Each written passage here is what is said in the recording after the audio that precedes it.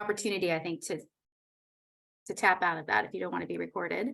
So again, just for folks that before I start the recording, we've got our 2 district commissioners, Brian Weiss and Sandy Friel, our director, Lincoln Borman, and then in person in the fire hall, we have Peter Guillauze, who is our Orcas Preserve steward, and he is along with Andrew Jansen, who is our field assistant. And I think I'm going to go ahead and hand it off to Lincoln, who will go ahead with going to put his presentation on the screen, and we'll give it a moment to make sure you all can see it there as well and start from there. And then, so Lincoln's presentation, we decided we'll go ahead and open up for questions after Lincoln, and then we'll also open up again after Peter, just a general opening. But there may be some questions that might come up for you all when you listen to Lincoln. So we'll have a twofer. So thank you. And Lincoln, on to you. All right, thanks, Tanya. I'm going to share my screen here.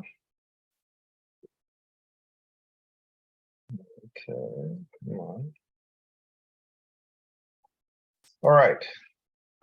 We're going to start with an acknowledgement that we reside on and care for the ancestral lands and waters of the Coast Salish people who have stewarded and called this place home since time immemorial, and honor their inherent Aboriginal and treaty rights that have been passed down from generation to generation.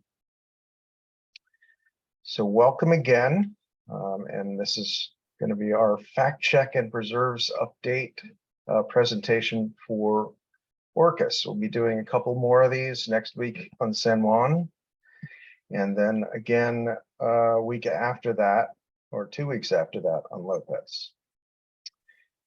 So I always want to start with a mandate, which is a long, quite wordy mandate with lots of things in there, but they boil down to a few basic ideas, namely that we are managing and working toward preserving ecosystem integrity, rural character and landscapes, community health, and agricultural sustainability. So, having said that, we're just going to go right on to one of the main topics in this meeting, which is really just trying to talk about some of the things that we've heard and hopefully correct some misperceptions. So we'll just set right in. This is something that we hear a fair amount. Doesn't the land bank already own half the county? Well, no, we do not own half the county. We're very, we've worked very hard to do what we've accomplished, and we're pretty proud of that. However, our preserves are actually 4.5% of the total of the land mass of the county. So nowhere near that 50% number, and we'll never get that close to it. But we do have 39 preserves, and 29 of them are open to the public. So the vast majority of them are open to the public as well. And you'll hear more about other preserves as we go on. Just to hammer this point home a little bit, if you look at the acreage by use of the county, 83% of the county is in private ownership. Only 17% is in public ownership. That includes the land bank and other public conservation land. It also includes things like schools and other government holdings. So largely private ownership prevails. Okay, taking land off the tax rolls and creating higher taxes. Is this actually happening? Well, it's really important to take this in the proper context. So the value, the taxable value of real estate in San Juan County is approaching $12.5 billion, which is a pretty phenomenal number, really. For our part, the total taxable value of land bank preserves is actually less than 60 million of that 12.5 billion, which is less than 1/2 of 1% of the total. So it's kind of a drop in the bucket, really, when you think about it. Another way to look at this is that if we sold all of our preserves and put them back on the tax rolls, the savings, if you were to keep tax receipts the same, for somebody who has a $750,000 property, they might save $15 on their tax roll by getting rid of land bank preserves. However, that's kind of questionable because a lot of people who live next to or near land bank preserves have increased property values because of it. So it's hard to say, really, and it could cancel out that tax savings altogether. San Juan County does have the lowest tax rate in the state by far. This year, it's $5.86 per $1,000 in value. So if you took your $750,000 property and you lived in another county, you'd be paying considerably more. So here on that property, you'd be paying about $4,400. In Island County, it would be about $5,400 or 23% more. And in Whitman County, $8,400, so almost double. So our tax rates are really at the basement for all counties in the state. And here's another interesting fact, actually, this question about whether conservation increases property taxes at all. This is an analysis we did a few years ago, looking at the amount of private land in counties and the county property tax rate. You can see we're a bit of an outlier on this, but overall, as the percentage of private land ownership increases, it also means the county property tax rate increases. Why does that happen? Well, for the most part, development rarely pays for itself. There have been hundreds of studies across the country which show that the services and their cost outstrips any increased revenue from taxes. So as development proceeds, taxes tend to increase. Okay, here was a good one. I haven't heard this too many times, but I had to put it up here anyway. The land bank takes 15% off the top of every sale. No, that's not true. That is, I don't know where that came from, but we get 1% in a real estate excise tax, and it's paid by the buyer. And the way things are going these days with the value of properties, nearly 70% of our revenue comes from sales that exceed $1 million. And this is kind of the breakdown. This is the breakdown from 2022. So you can see the number of sales that were over 2 million and under 750,000. I won't go through the whole table, but you get the idea that the vast majority is really coming from those larger dollar sales. Okay, affordable housing. Are we making it impossible to find affordable housing? Well, actually, no. So there are roughly 11,000 vacant parcels in the county, according to the assessor. And there could be another 7,200 created through division. So there's a pretty vast number of vacant parcels and potential parcels that are still out there, which could be developed. Currently, we have about 9,400 parcels that have residences on them. The county council can also increase density in urban growth areas and through rural cluster development. Town of Friday Harbor can increase density within its boundaries and annex neighboring parcels.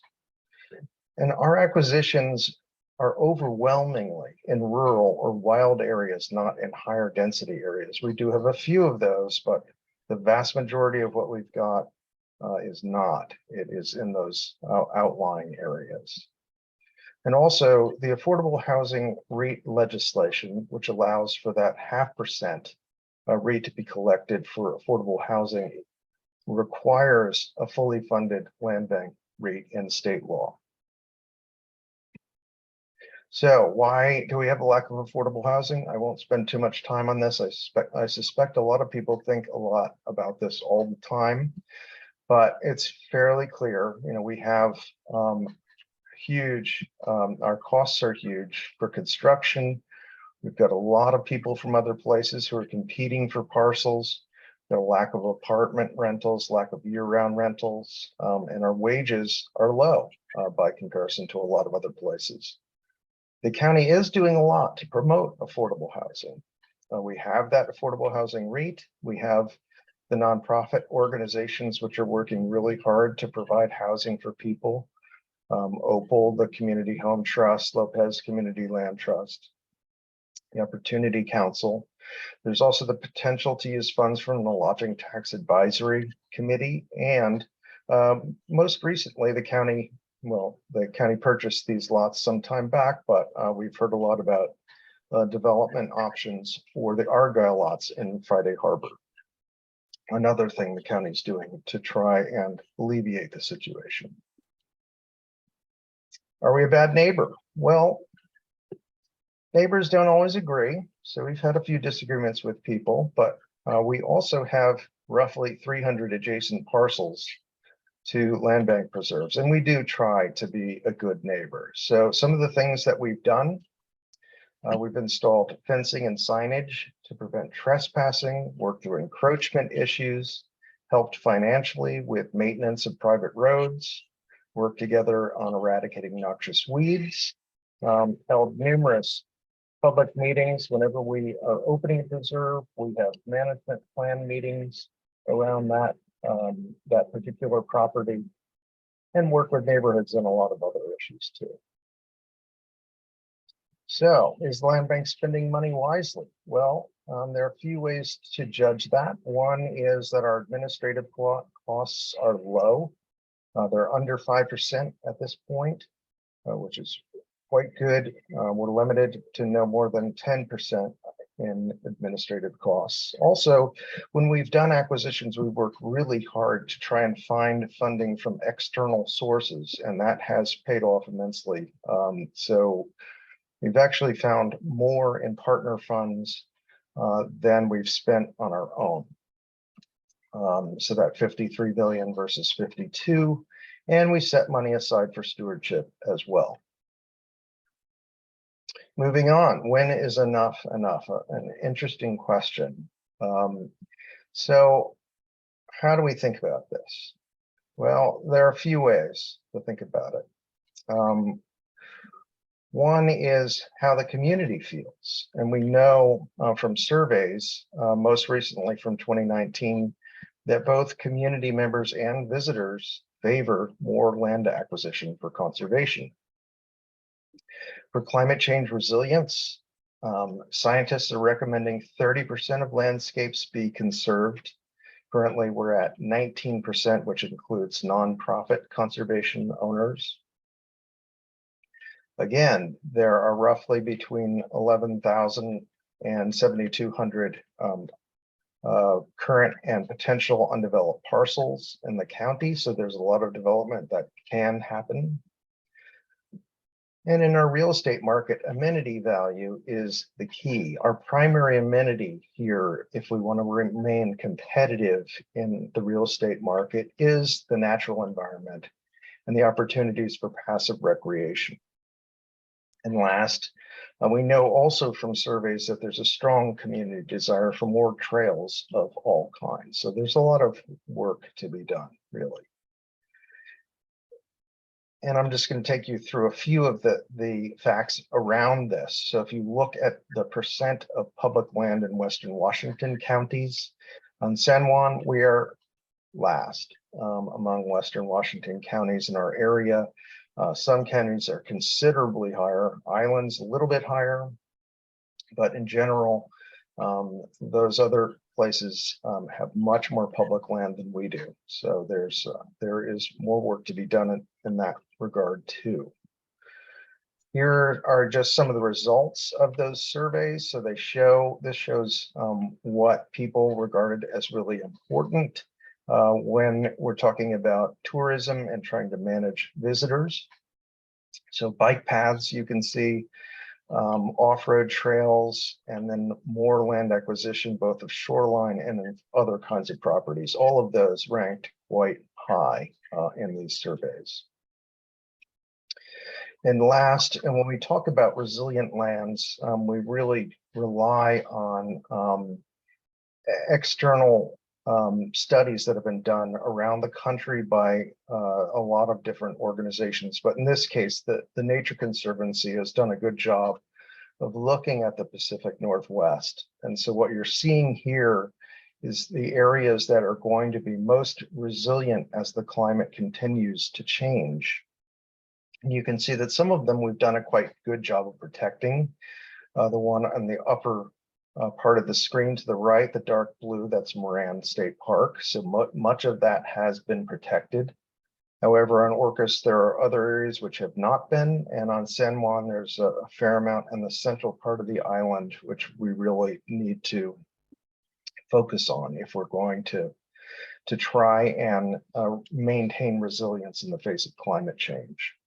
And even on some of the other islands, Lopez shows up as green. That's just a feature of the fact that Lopez is much more agricultural, rural than wild, but still there are really important areas to be conserved there as well.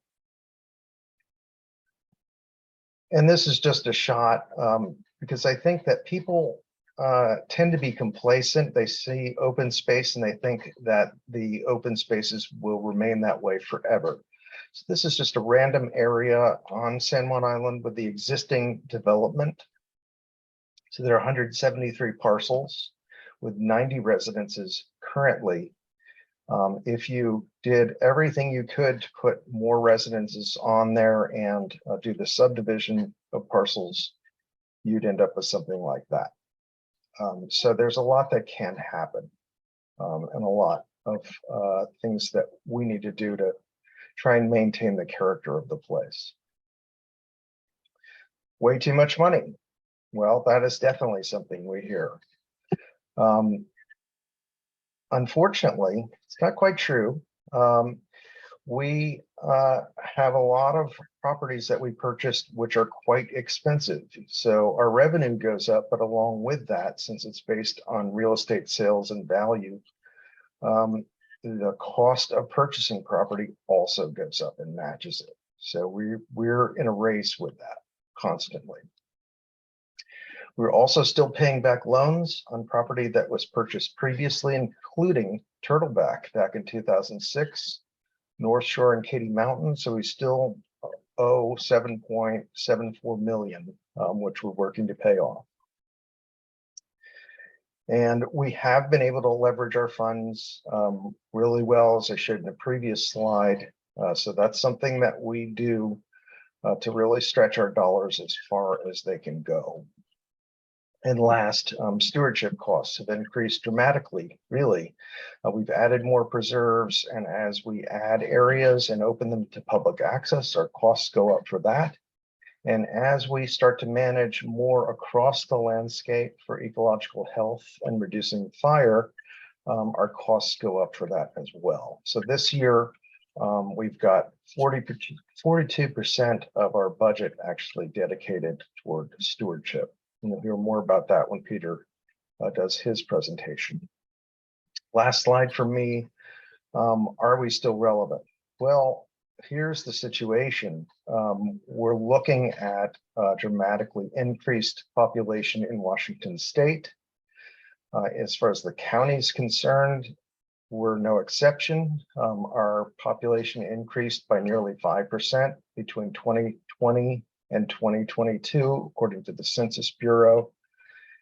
If we built out, there could be 50 or 60,000 people living here as permanent residents. So our situation is that the pace of development is at an all-time record.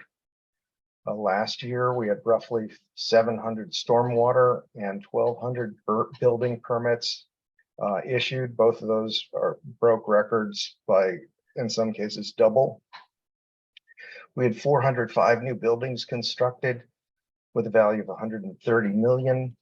And the reality is we're in a critical race to direct growth away from sensitive areas.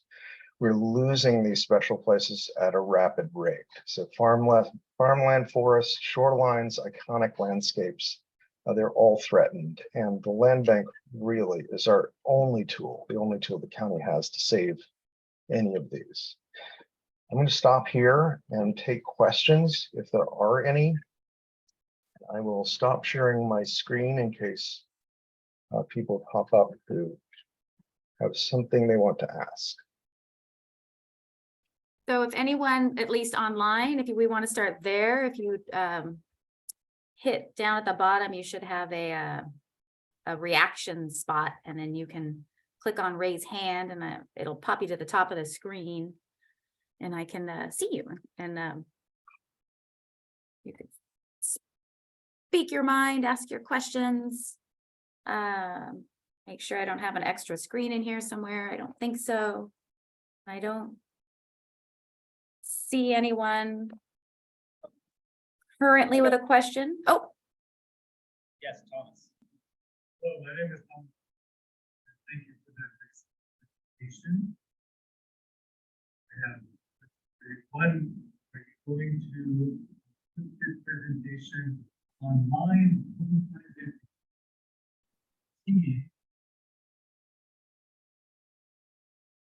Here, two interested parties that of these bits and this is they serve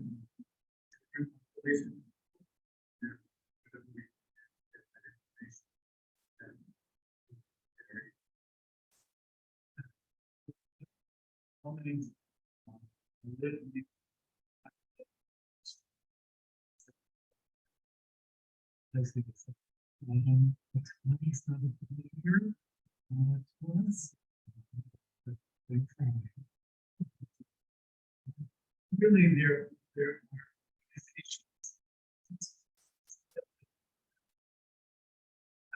huging balance in the information and land taking good state places. So we're getting issues. Farmer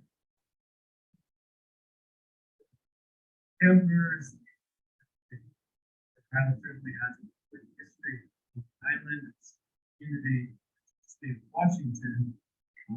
They pay extraordinary prices for land. It's just exactly.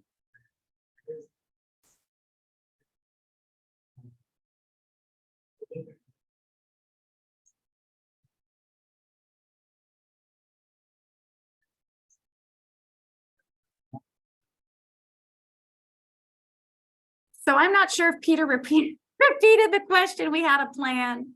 He'd repeat the question so we could hear online, but unfortunately no one online heard anything. Oh, you know what, we did a test earlier and they can't hear you very well remotely, so Peter's listening and is going to repeat. So she didn't know that you were. Tanya, are you able to hear me now? Yes.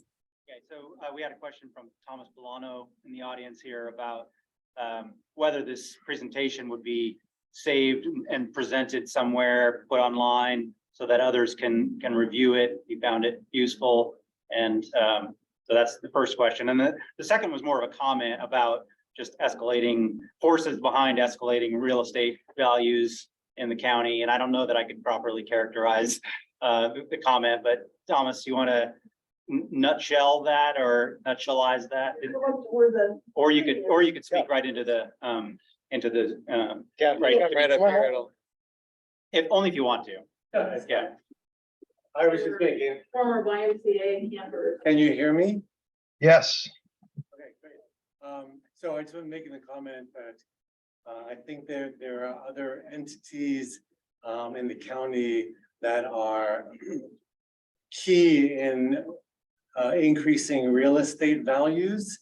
And I don't think the land bank is the culprit. I think there may be other culprits who have larger endowments, a lot more private donations, and are offer to buy real estate at what I would consider outrageous prices because they have the money and they can do it. And with private donations, especially for nonprofits, they are buying up a lot of land in the county. Thank you, Thomas. YMCA. Yes. Any other, yeah, we've got a question, another Yeah. question in the audience here. If you'd like, you could Sure. speak a little loud into the Dan, machine. go ahead. Hey, come up if you like. Can you hear me? As soon as you You're get the, closer there. Okay, one more time. Yeah, my name is Dan Christopherson. Can you hear me? Yes. Yeah.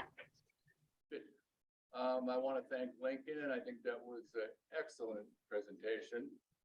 Explains a lot to some of the naysayers.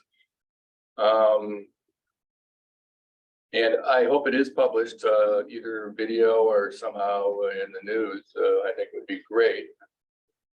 A lot of comments I get are the closed preserves should be opened up more, and I'm sure there are reasons why some of them aren't, but that's something I would probably like to see also. And I want to make a comment about the Crescent Beach Preserve. I'm not sure how many acres it is. It's somewhere between 100 and 200. Does anybody know that? I have Including a number in mind, but yeah. it might not be the right number. and including the Preservation Trust too. There's only one trail going through there. It's right next to East Sound, major activity center and population center with orchids. Can we put more trails through there? Maybe make them accessible directly from East Sound and maybe, connected to the high school property and Buck Park. I think that would be great. I, of course, I would like to see big trails because I have the local bike shop here, and bikes are included in the mandate of city recreation. Let's get some more bikes. Thanks. I'll just take a quick stab at the Crescent Beach question. Most of Crescent Beach is wetlands. Crescent Beach Preserve is wetlands. Trails are buildable. It's just a matter of how much impact, how much cost you want to bear for that. My predecessor at the Land Bank, Ruthie Doherty, explored pretty extensively, trail options through there. And it's a serpentine wetland system. There's not much upland ground in there. It's something we think about, we talk about. Quite challenging. Well, I looked pretty closely at that also. And I think there would be quite a bit, especially in areas. I'm willing to explore it with you. Let's talk offline. That'd be great, yeah. And I know it's been, there's been homeless encampments in there just because it is so remote, even though it's so close. It's vegetation encourages that sort of thing. So maybe we could make it more useful. Let's connect on that. Yes, we have County Councilor Cindy Wolf in the audience here, and she's going to step up to the mic. Citizen Wolf. So I just had two quick questions. One was, what is passive recreation? And the second one was, and maybe this is more of a county councilor kind of question, what does Nature Conservancy define as resilient to climate change? Because I noticed some places on their maps where we're seeing a lot of coastal erosion and such. So I just want to know what their criteria were. Lincoln, were you able to hear those questions? Yeah, I will take the passive recreation one. That's a great question because it's defined differently in different places. But in general, What we're talking about is certainly a big difference between an active park where you might have ball fields or sports fields, things like that. And it's really more one where you've got trails that people are using, and it's much more in a natural context. But there are big questions about whether is equestrian use, passive recreation, or mountain biking, and those are things that we wrestle with all the time. So we'll continue to do that and continue to discuss it. So on our preserves, we do have some that are open to those kinds of things. Turtleback is open to mountain biking and equestrian use on part of it. And so we'll continue to talk about that. In terms of the resilient landscape, yeah, it's a kind of a complex equation, but what they looked at to come up with those ideas of what's resilient and what will hold up as the climate changes really are things like a contiguous undisturbed landscape. So for us, what that means is the larger forested areas that we have will tend to be more resilient.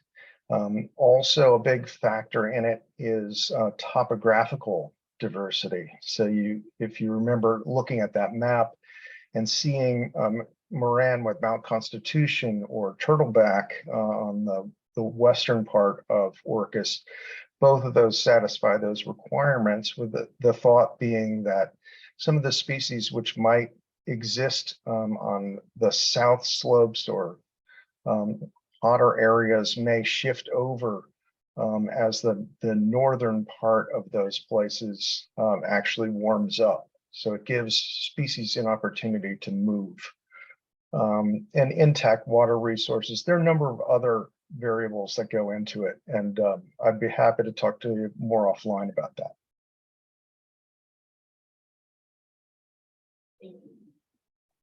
Yes. Got another question from the audience in here or comment? Yeah, this is Polk Hafner. Can you talk about the relationship, if there is one, between the land bank and the preservation trust, and the way in which these two entities might leverage each other? Absolutely. We've done a huge amount of work with the Preservation Trust, and I think that the fundamental piece of what makes our partnership work is the fact that we bring public money to the table, and they bring private money to the table. And there's a little bit of overlap. They're now applying for public grants for things too. We also get donations from private sources, but the basic idea here is that for a lot of these projects, neither organization can carry them out on their own. We have to have that partnership. And that's the only way we're able to pull off these big projects like Turtleback or North Shore. And what we do with the Preservation Trust typically in terms of creating arrangements for permanent protection, we have kind of overlapping layers of protection. So often, like with Turtleback, the land bank owns the property outright, the underlying fee simple value in real estate terms, and the Preservation Trust will have a conservation easement on top of that. So it's an added layer of protection, which ensures that maybe bad decisions in the future don't get made. And there are other organizations that add to that. Whenever we get a grant, they put layers of protection and restrictions on properties as well. But the basic thing here is that our goals largely align, the Preservation Trust and the land bank, and the fact that we can bring these resources from different places, different sources, and pool them really enables us to be much more effective.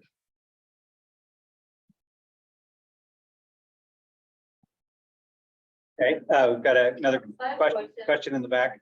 Would you like to step up a little bit? So Lincoln, I'd like to explore that a little bit, because the land bank is a county entity, and the San Juan Preservation Trust is a private entity. So basically what I see is we are handing over authority of these county lands to a private entity. And are those always going to be aligned?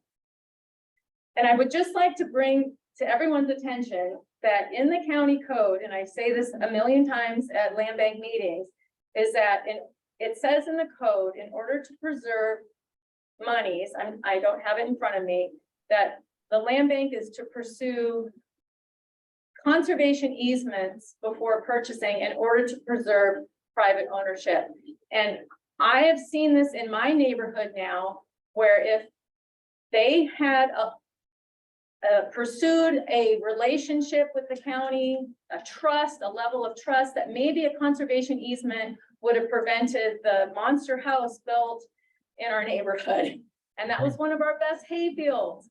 So it's like two things. One, we're taking county land and giving that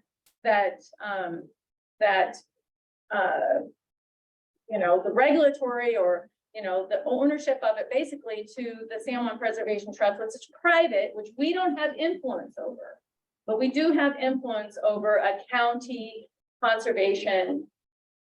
So, I mean, there's a lot multifaceted things here, because I really feel like the land bank, and I'm for the land bank, because I feel like it could influence and educate people who have private land who want to do the right thing, because you can't own all the land. We have to do this as a community, and like, I have to do my part on my land. I am just a stepping stone, if I owned it for 200 years, if my family owned it for 200 years, that's a stepping stone in the big scheme of life. And so we have to think of ourselves as not landowners, but land stewards. Even when our name is on that title. Thank you. Thanks, Ken.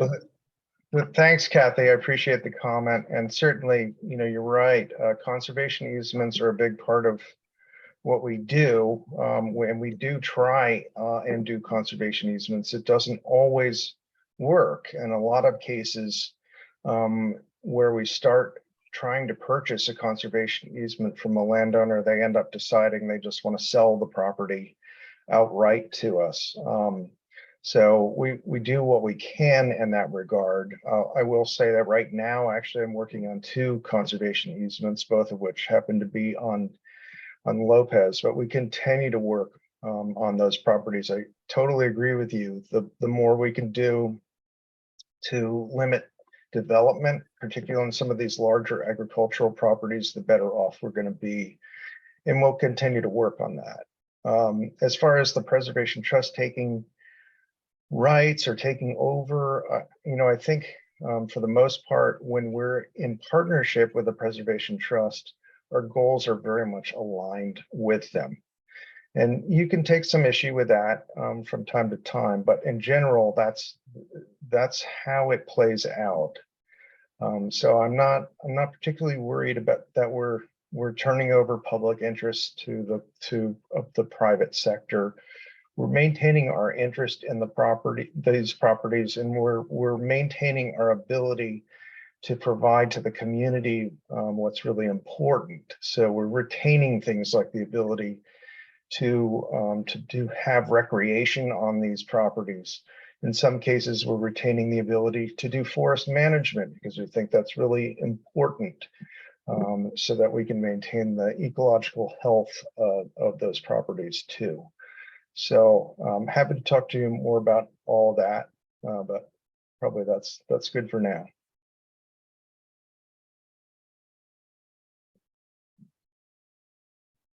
Seeing any more hands in the room here? Last One- chance. But one question that Tanya or Lincoln could answer, Thomas and Dan both asked if Lincoln's presentation was going to be available after this meeting. Is it going to be posted on our website or? So this meeting is being recorded, which includes the presentation, and it will be, I usually have the recordings up on our website as well as the county website by Monday. So it's something you'll be able to link into and see again with Lincoln speaking live. And we can also sort out, if we just want the PowerPoint, although it's nice to hear Lincoln's commentary with it, I think. Well, we also post it to YouTube, so it's not that hard to find. Mhm. The meeting, the whole meeting. Yeah. And I would be happy to share that link if y'all would leave either email me directly and send it directly to you, or leave an email with Peter and or you know, on the sign-in sheet, and they'll get that to me as well. Great. Well, it looks like I don't have any hands in our virtual room. So Peter, if you're ready, you could go ahead and do the preserve update and your presentation, please. Okay, just giving Andrew a moment to work his magic with the tech here. We're gonna have to add that to his resume.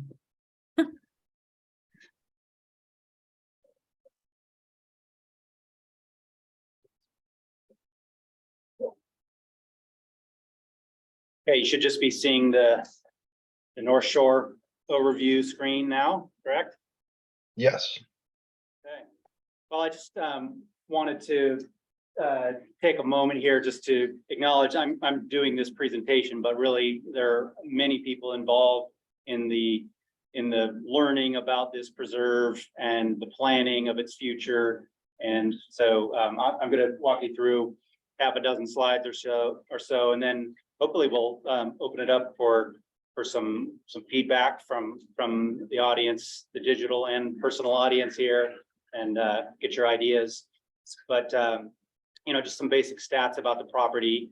So it's just over 58 acres, about 1,800 feet of shoreline, about a half an acre of tidelands with eelgrass beds, and it's in one of the highest priority salmon recovery areas in the county. We purchased it in collaboration with the San Juan Preservation Trust last summer for about $6.35 million. Again, that was the 1% real estate excise tax plus funds that the San Juan Preservation Trust is currently raising. And just gonna to the next slide.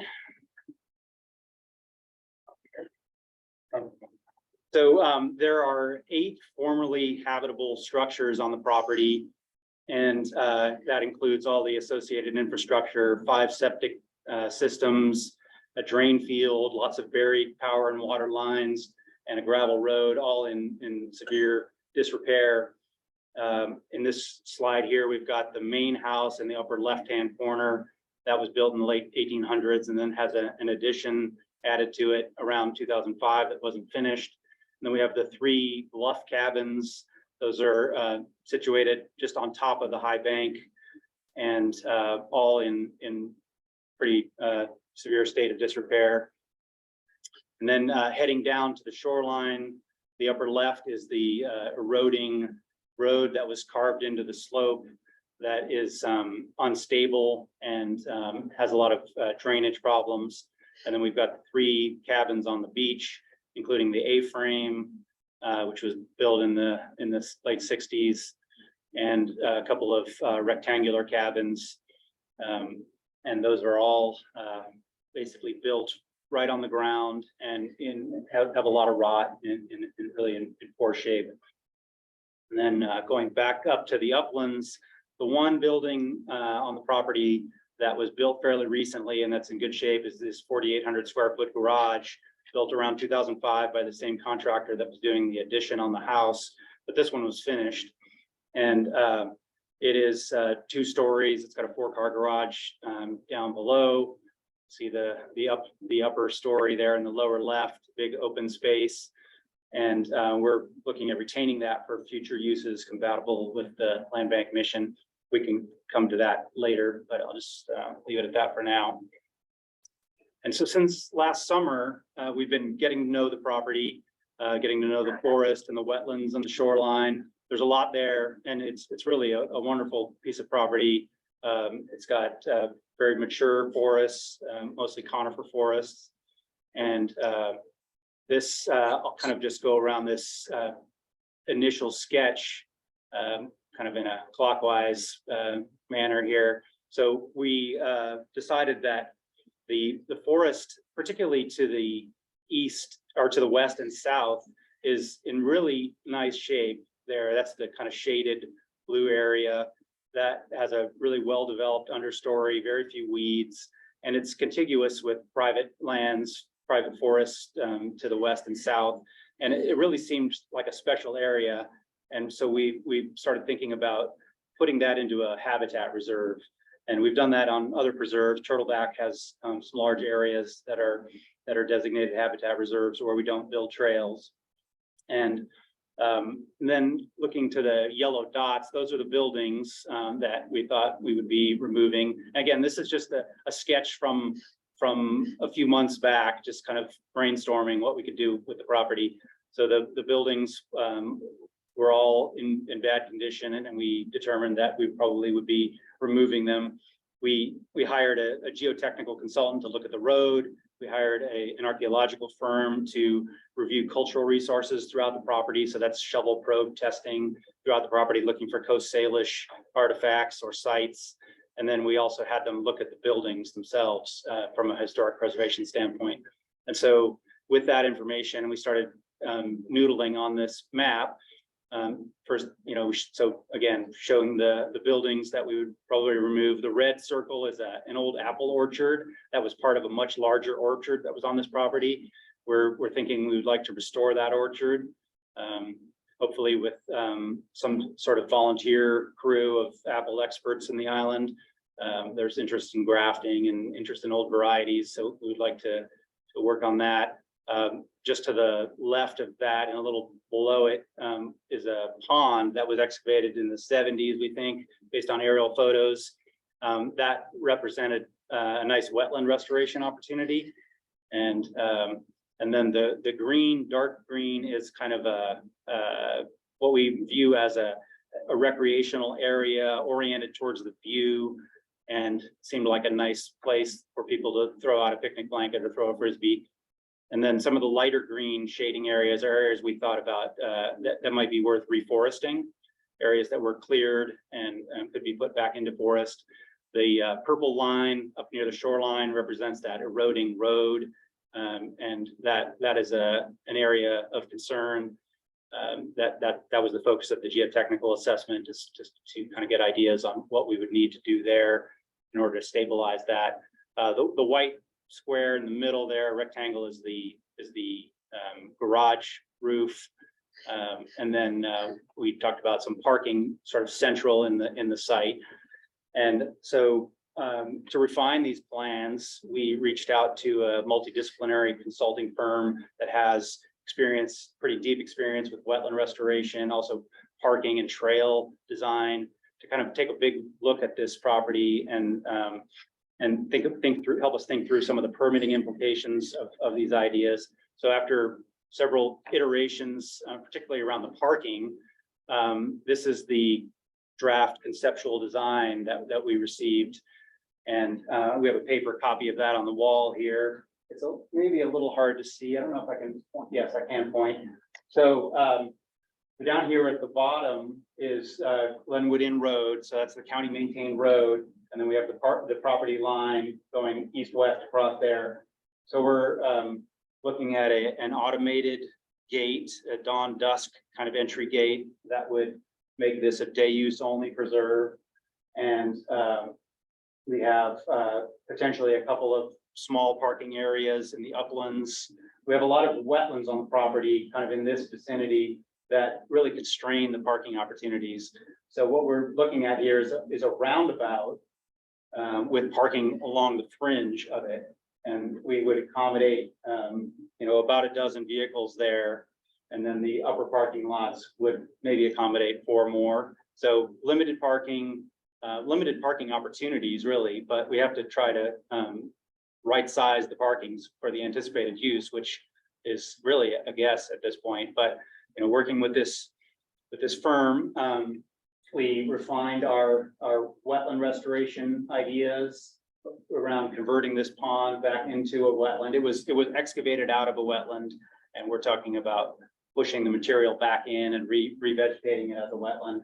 The main house is located right here, and you see we have it in the middle of a restored wetland. The house is full of water all the time. The basement has about 4 feet of water in it right now, and even in August, it's full of water. So there's general flow across the land from north or from south to north. And a lot of water is going right into that area where the house is. So if we remove the house as planned, we would do some gentle restoration grading around there and just create a shallow depression.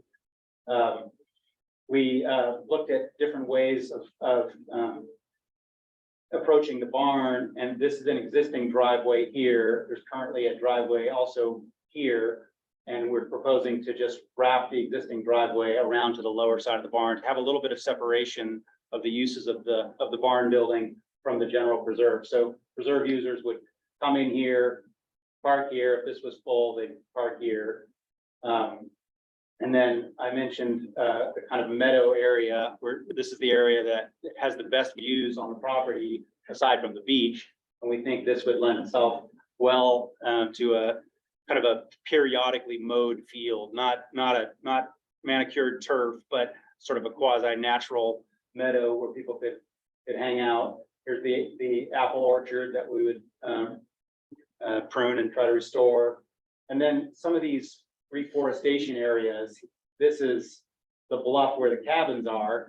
We obviously don't want to plant a bunch of large trees and block the views here, but we're looking at different native plant lists that would make this kind of early cereal shrub dominated habitat with a few trees scattered through it. And then the trail, continue. This is the existing road, and we would, as part of a project associated with removing the beach buildings, we would narrow that road to about half its current width, add some drainage, take that drainage all the way down to the base of the slope, and essentially rewater a wetland that was dewatered through the construction of that ditch. Right now, the ditch sends the water to the east past, down the slope and past the wetland area. So these are just some of the ideas that we're kind of thinking about. And in addition, there's the loop trail here that would go through the forest. And we're having, we're planning to put an accessible parking space, an ADA compliant van space here, and creating grades here that would allow accessibility to at least this area. That's something we haven't been able to do much at the land bank. We don't have a lot of level ground. So this area would lend itself nicely to an accessible parking and lookout and trail in that area. And then here again is that potential reforestation block where we would replant that back to forest. Let's see. In terms of timeline, there are a lot of things out of our control here. There's pretty extensive permitting involved in any wetland work. Even though we're creating and enhancing wetlands, there are wetland impacts associated with what we're trying to do. So that is often a year-long process with the Corps of Engineers to permit that kind of work. We also have the buildings that are individually not eligible, not deemed eligible by the consultant for the historic register, but they contribute towards a potential, she's calling a historic district. That was basically an early agritourism kind of district, and so we're looking at still removing the buildings, but probably a little bit of time for review and basically needing to submit a report as a form of mitigation for those buildings. So that could definitely slow things down. But generally, our goal has been to do all the messy, dangerous work, before the public is invited into the property. And our goal is late 2024, but there are some things here that are out of our control. So we're working towards that general timeline. We'll come back to the public with a final stewardship and management plan. We're preparing an interim stewardship and management plan, which lays out our general plans and a budget. But before we open the preserve, we'll do a final stewardship and management plan the same kind that we do on all the preserves, where we put it out for public comment. But at this point, we're seeking your input on these ideas, initial reactions.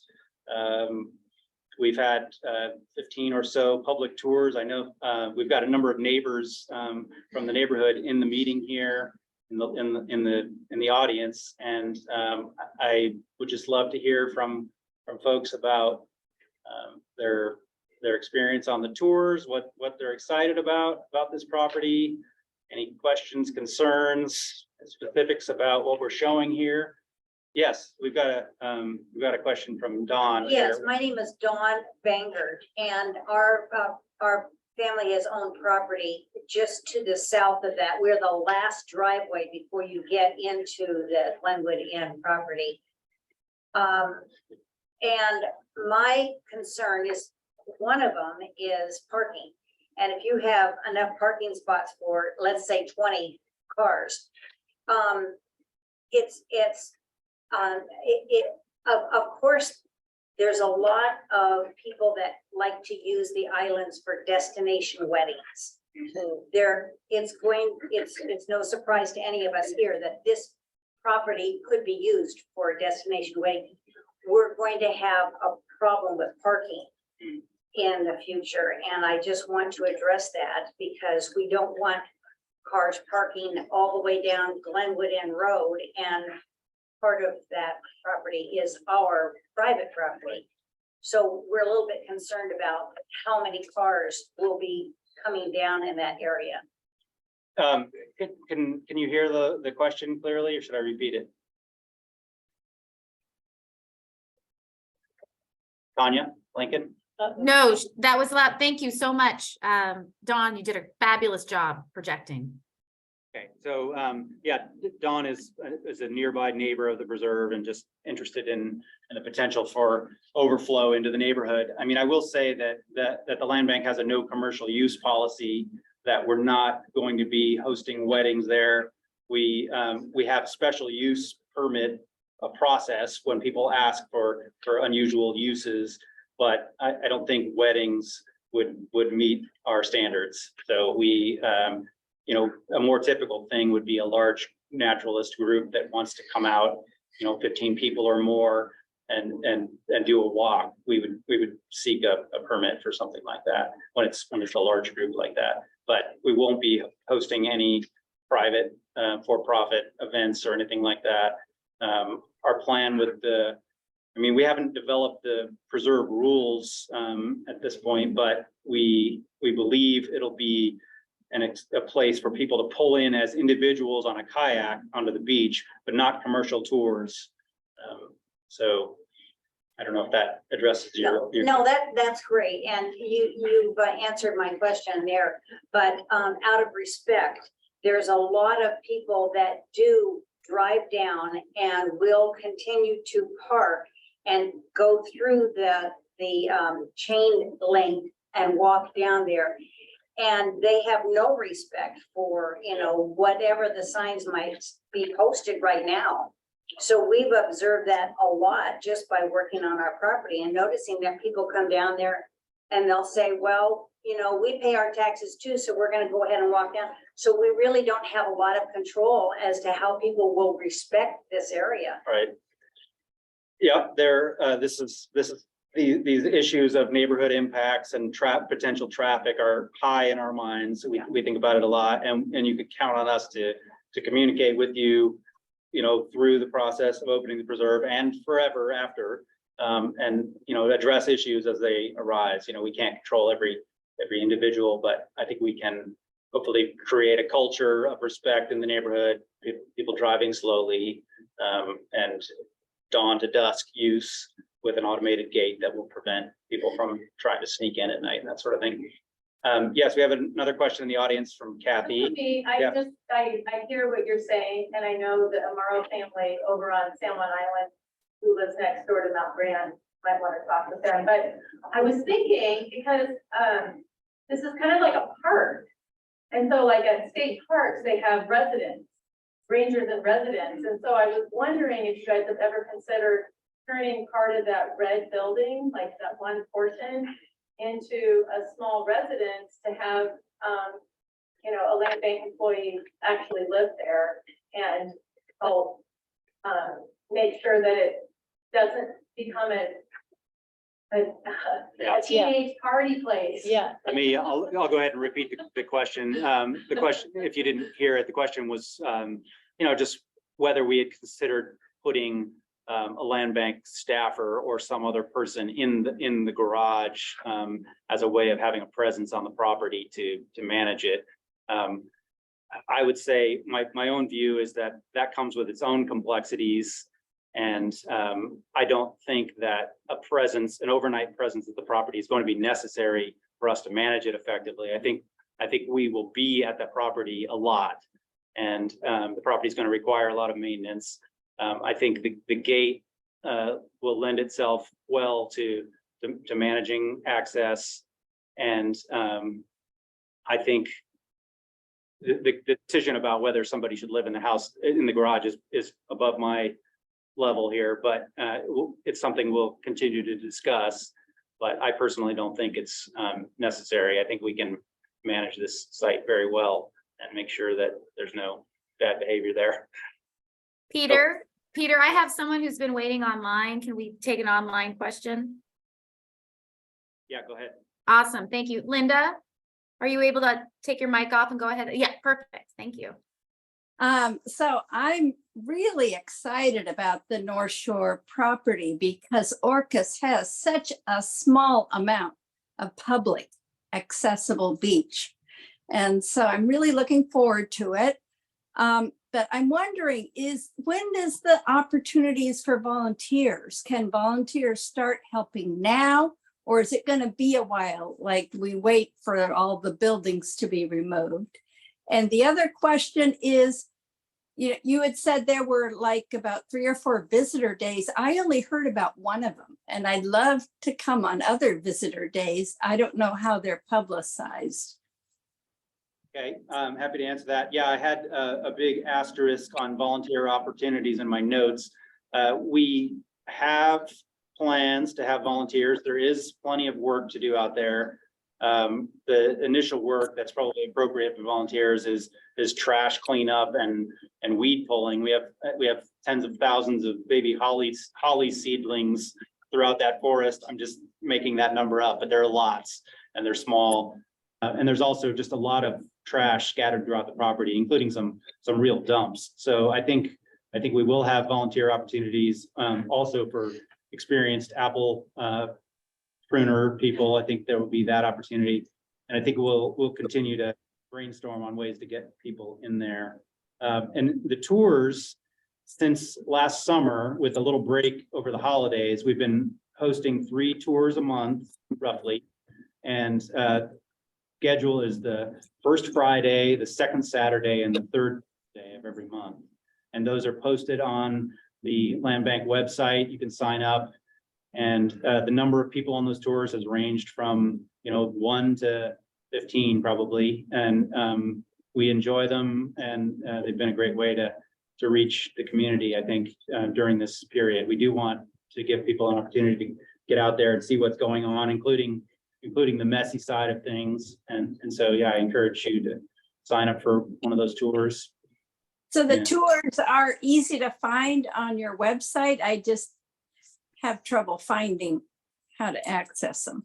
Okay, maybe we can elevate the link somehow, but if you go to preserves, recent acquisitions, and then there's a link within there in the North Shore property. And Linda, if you on our website calendar, the online calendar under events, so if there's a heading that says connect and a drop down bar comes, there's an events calendar. All the dates are on there and you can sign up. If you click on that, it'll get you to the link to sign up for the tour. The tours are limited. We just keep them down to around 12 due to parking. So 3 times a month, at least through, I think, August or September. And then when the weather shifts, we take a break and do maybe 1 a month. And who do I talk to about volunteering? How do I get on that list? I've got you down. Oh, I wrote your name down. Yeah. Okay. Yeah. And since you, and you can always email me through the website, I'm under staff, or also,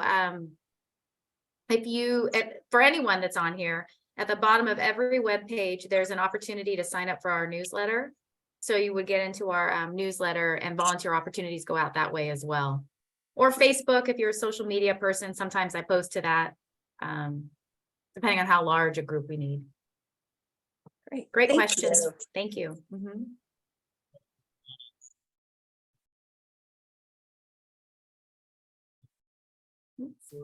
Repeat it, or you can speak it into the. Okay, well, this is just a couple of small thoughts, but, has the commission and the director thought about maybe putting a gate at the county road? I think that would solve some of the problems that have been mentioned here about, you know, I guess I'd call them poachers that, you know, come when they're not supposed to, but wouldn't that solve it? I mean, how many properties are there in there? Besides, you know, starting at the county road access there, besides the land bank. Let me just repeat your question. So the question was, have we considered putting a gate at the entrance to Glenwood Inn Road, basically closing off the county road, and, you know, wondering how many people were in the neighborhood? There are about six houses accessible via that road. I don't know how they would all feel about it. But I think that would be a question probably for Public Works. It seems challenging to close off a public road. But we, you know, we do have a little bit of a complexity in the property that I didn't mention yet.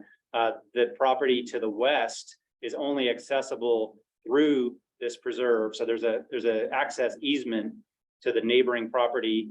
And, you know, this is all challenging for them, you know, having people coming into this. So our idea with the dawn dusk automated gate is to give them ready access through a remote.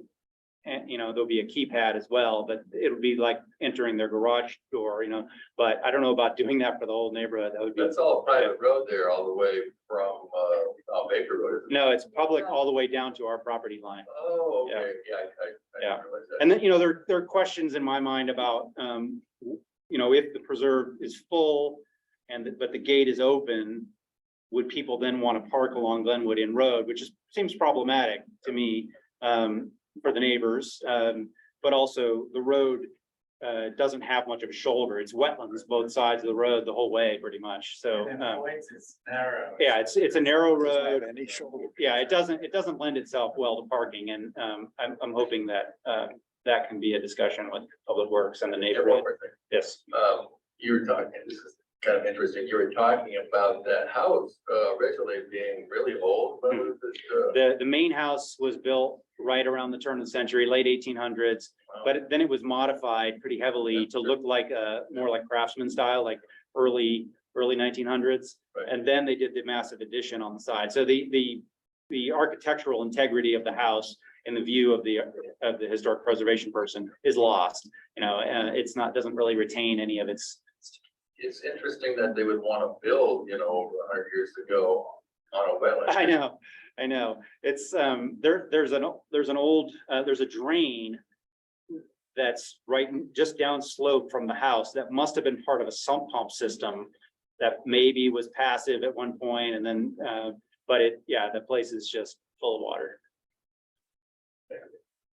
Yes, Dick. Okay, with another question in the audience here. Yeah, my name is Dick Banger, husband to Don Banger, and we've owned property on Orcas Island on Glenwood Inn Road since 1962.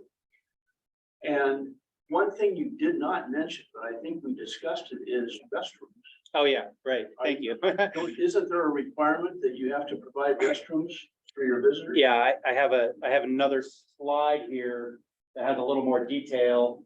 We're proposing to put a restroom near the parking turnaround, and Or not using the barn? You won't use. well, the barn is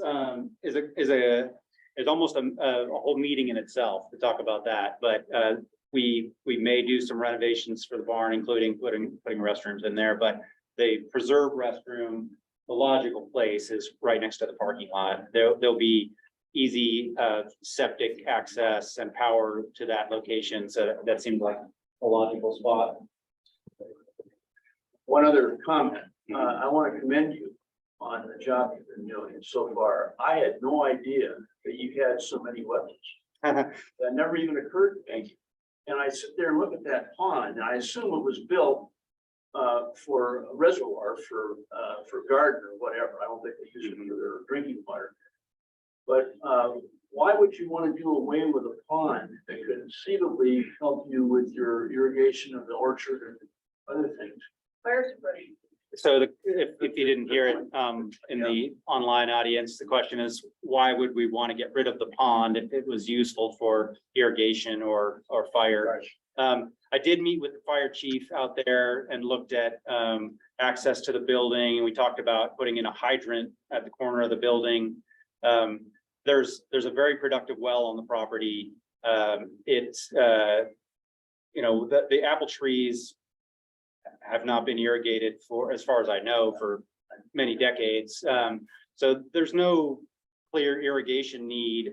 But that pond is, you know, marginal habitat value. It could be a much more, it could be a much richer environment for wetland plants and wetland species, amphibians, birds. And I think the public would benefit from being able to look at something like that. You know, we have a lot of ponds on the island. We don't have that many really intact, accessible wetlands. And I think, you know, that's just a personal bias, I guess I have, that, you know, there's an opportunity there. And right now it's sort of a mundane pond. But it does have a lot of work, let's put it that way. yeah, it'll be a lot of work to change it, but there is there appears to be a pipe. There is a pipe coming from the pond.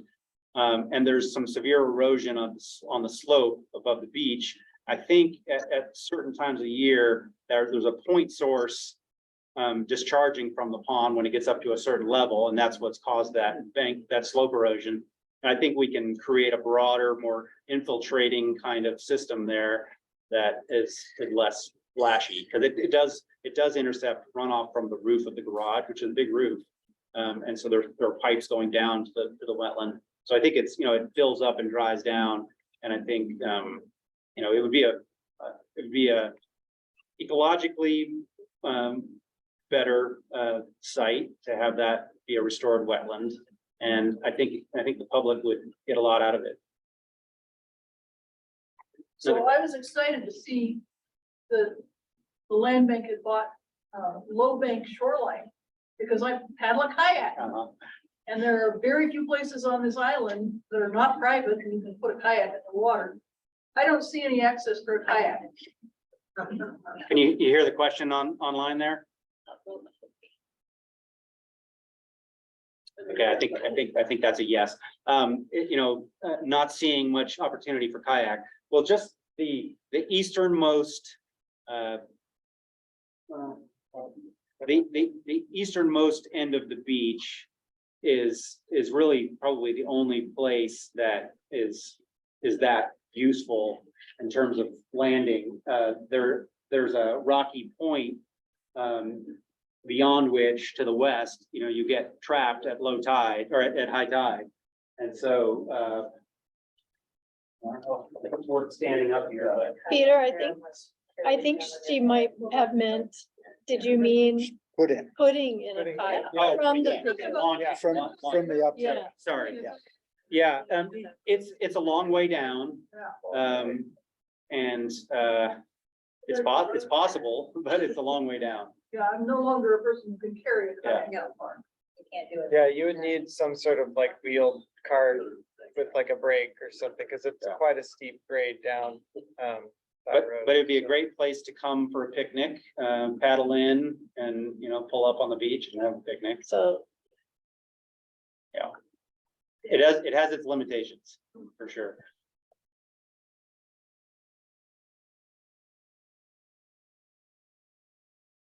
Does that fresh water have any significance to the salmon? Significance that you guys talked about, that fresh water flowing into the water there? We had a question in the audience of whether the fresh water from the property has any benefits to salmon or impact on salmon. You know, there are no streams on the property. It's all wetlands just seeping down. And I mean, that all contributes to, you know, to the nearshore environment, but it's not a it's not a significant, in my view, it's not a significant thing. As long as the water's clean, if the place had been, you know, fully developed and maybe the more septic systems, you know, the seepage of that into the near shore environment would be detrimental. like currently, does that interaction between fresh water and salt water, does that have an influence on where salmon? Generally, it does. Yeah, generally, yeah. Or the fingerlings, I guess the fingerling, the Yeah, feed, the that- feeder fish. Yeah, that's an important That's an factor important factor, generally. having that fresh water Yeah. coming in to, and having the trees over, okay. Yeah, but we don't have any point sources of water flowing directly into the sound. From the It also property. carries nutrients. Yeah, it carries nutrients, it carries pollutants potentially, you know, but in this case. Maybe Kathy was referring to the pond overflow. Yeah. Oh, okay, okay. Like a pointed thing, if it was just kind of seeping down, like all along the water there, like it will spread out the goodness. Yeah. I mean, it's a high bank shoreline. It's a feeder, you know, some of it's feeder bluffs. It's a natural process to have erosion along that shoreline, but to have a point source of water, you know, cutting a ravine down the cliff is not necessarily a natural thing. So I think that would be an argument for spreading the flow out. Yeah. Peter, I missed a question in the chat. I was so enthralled by everything you were saying.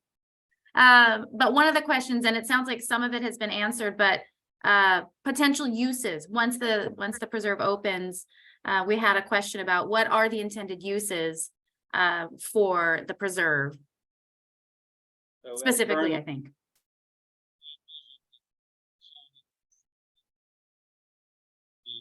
Oh, we lost you or your voice. It would be, you know, as currently envisioned and shown in the concept, it would be pedestrian trail access, pedestrian beach access, non-commercial landing on the beach in kayaks, you know, bicycling from town. The more detailed view showed a bike kiosk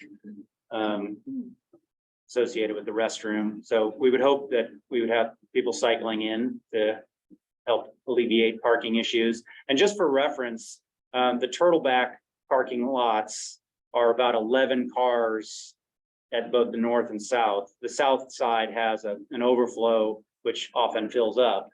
But, you know, it's really difficult to know how much parking we need, but we're very constrained by all the wetlands. And also we're not somebody might get mad at me for saying this, but we're not a parks provider. We're a conservation organization, and, you know, we do need to provide some parking, but it's, you know, we can't build our way out of the problem necessarily.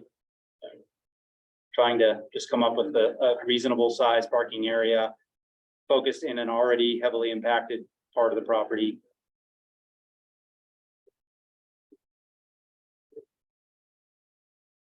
Well, let's see, we've got about 10 minutes left to our, if we want to respect everyone's time for an 8 o'clock end.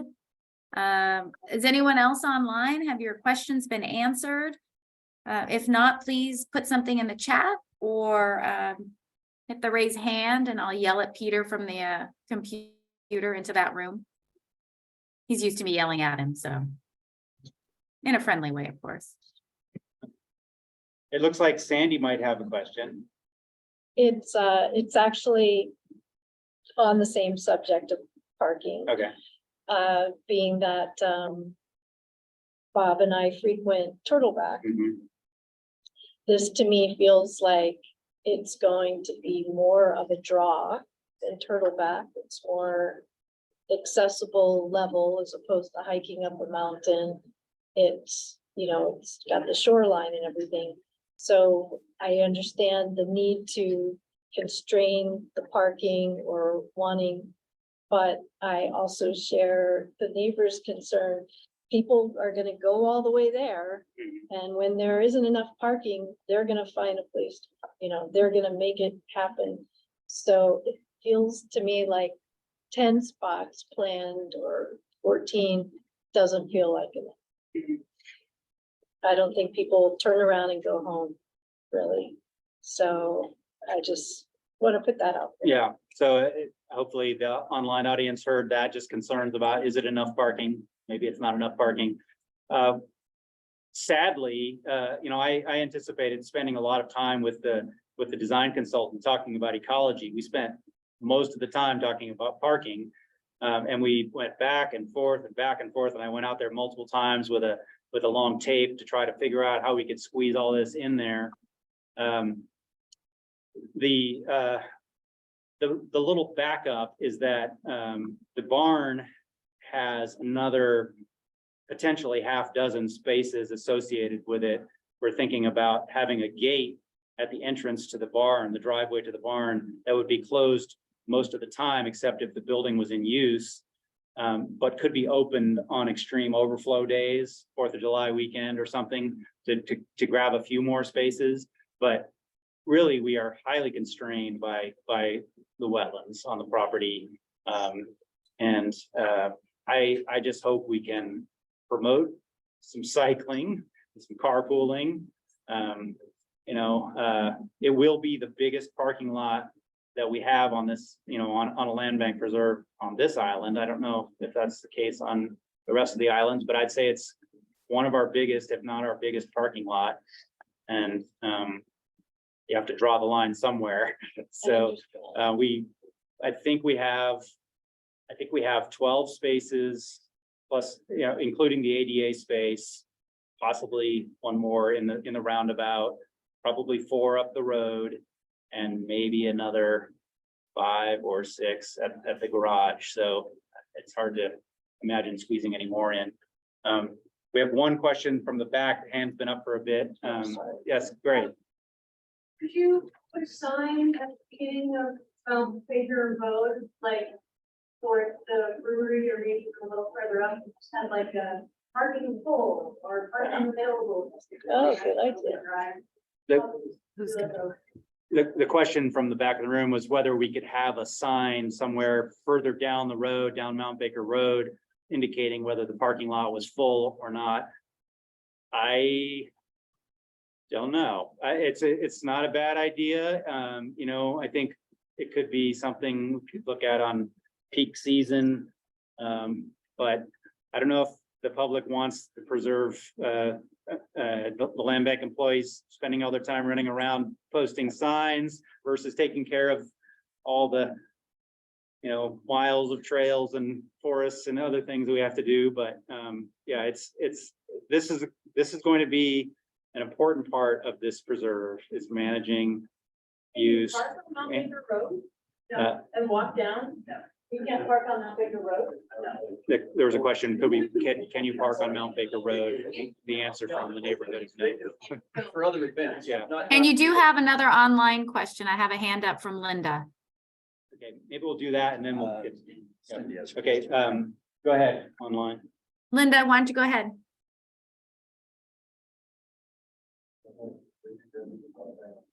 She's trying to unmute.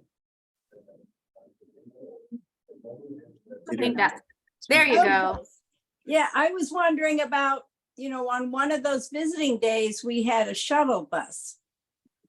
And I wonder about utilizing something like Island Rides, and especially on holiday times, having a set shuttle so that we don't all have to drive there. Yep, good idea. So I don't know which hand was up first here. Go ahead. Can you describe the beach a little bit? I mean, rocky, sandy. Sure. Yeah, I know it's very long. Yeah. It's like a quarter mile or half mile long. 1,800 feet. Yeah, just a question about describing the beach.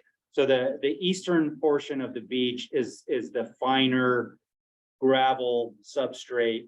It's the finest on the extent of the beach. It's still kind of coarse, but it's gravels on the eastern probably quarter, and then you get to the rocky point, and then it's quite rocky, including exposed bedrock. And then as you get further down, it becomes cobble again. But I think the vast majority of users will probably focus on that east end because it's close to the trailhead and it's the better substrate. Well, what I'm wondering is, how attractive, that is gonna be as a beach. I'm a little dubious, as to the draw of the place overall, and how much parking it really needs. I mean, are there gonna be a lot of beach goers or picnickers up on in the meadow there? Or, I don't know. It's Okay. And another thing, it's not very close to camp. I mean, you gotta go out there as a destination, and I just don't think there's gonna be a need for a lot of parking, but I could be wrong. Okay, so there was for those on the online, if you couldn't hear it, there was some suggestion that maybe the demand is not going to be that high, that the beach might not be that appealing. And, I think it is a lovely view. It's a very open view. I think it's going to appeal to a lot of people. It's not a sunbathing beach necessarily much of the time, but Cindy? I live in Deer Harbor, so I go past South Turtleback a lot. I think you're gonna need 40 parking spaces. And I don't know, I don't think the way to do it is to widen the shoulders on the roadway there. If you're not, the other option maybe would be to consider controlling access in terms of parking reservations. If you had a gate that responded to codes. The comment was that she believes we're going to, have a lot of use, and maybe 40 spaces wouldn't be enough. And that maybe we might need to think about regulating access through the gate with some sort of code. I guess that's the kind of thing that we'll have to just figure out as we go and see what the demand is. But the gate is going to potentially lend some control that we don't normally have at other preserves. I think it's seems to me to be sort of key to managing use of this preserve on some level. Peter, I have a question not about North Shore. Let's see, someone asked about, the land bank has mentioned renegotiating the vegetation management plan for the conservation easement around Cayuga Valley Estuary. And if that is done, would that be a public process, and would public comment be invited? Lincoln, can you take that Yeah, one? I'll take that one. Yeah, it's a complicated property down there. This is one we have a conservation easement on. And going along with it, there's a vegetation management plan, which I think was done back in the 80s. That property has recently changed hands. And so we've had some issues about how that area has been maintained, and some of the neighbors are concerned about their views across it. We're going to have to sit down, I think, with the new owners and probably go through that plan again and redo it. I'm sure we'll provide some opportunity for public comment. It's a little bit limited in the fact that this is a conservation easement on a private property. So we have a certain amount of control, but it's still private property. But we'll definitely reach out and try and keep you engaged in it. So we've got about 1 minute left. Okay, we've got one question here. I was just Okay. gonna say, if you build it, they will come. And there you And go. GPS is not our friend, because when we are working our property, we have cars coming by the road, several a day, and with their kayaks on the top, and the GPS says that they have access there. Yeah. And they end up turning around in our driveway, because then they come down, they say, well, GPS tells me we can get there, even though we have a sign posted out on Mount Baker Road, right there on Glenwood, that says your GPS is wrong, Right. no access. People will still come down there. They come all the way down the road. Yeah, and I've reached out to Apple and Google to make sure they understand that the place is closed, and it says that, but that doesn't mean people. Well, it says access to Point Downey is what it says. And it shows a trail going up to Point Downey. Oh, Well, that's been changed. That's been changed. That no longer takes you. It takes you to the water now. There's access. But I know for years you had to deal with people trying to explore Point Dowdy from your house. Well, it seems like we're, So yeah. I want to make a brief comment about the parking, because it's a good question. It's a vital question. And I'm going to go back to what Peter said right at the beginning, which is, we don't know. You never know about what the demand is going to be and how much parking you're going to need. And the only answer to that is to be flexible, contingency planning. And that's what all our plans are. So first of all, when we do a management plan, we're going to have a very public planning process, and we'll talk more about this. In the meanwhile, we'll have thought more about this. Peter and I have talked about, and I advocate just reserving space for some overflow parking, informal flat space. Problem is, as Peter said, the flat space is pretty wet, and we don't want to get into wetlands if we can. So, but anyway, we will talk about it in the planning process, and we will find a solution and adapt. Maybe one of the things that just occurred to me from the last comment is we need some kind of a little turnaround in front of the gates so that they don't turn around in these folks' driveway. Here, one more short question. Yeah. Access to Point Downey. The property does not provide access to Point Dowdy. The tidelands, there's a private beach to the west of the property. Those tidelands are public, but you'd be in the water, you know, and when you get to Point Dowdy, it's a cliff, you know, so it's really not a good way to get to Point Dowdy. And if you get stuck on the west side of the point by the tide, you're either forced to wait or you're forced to trespass through the neighbor's property, and so we want to discourage that. So I think we're done here, at least in the live room. Yeah. Well, and thanks to everyone that joined. This has been a great discussion. I'd say this is probably the best community conversation I've attended. So I'm going to stop recording. Thank you. Which all. means we're officially done.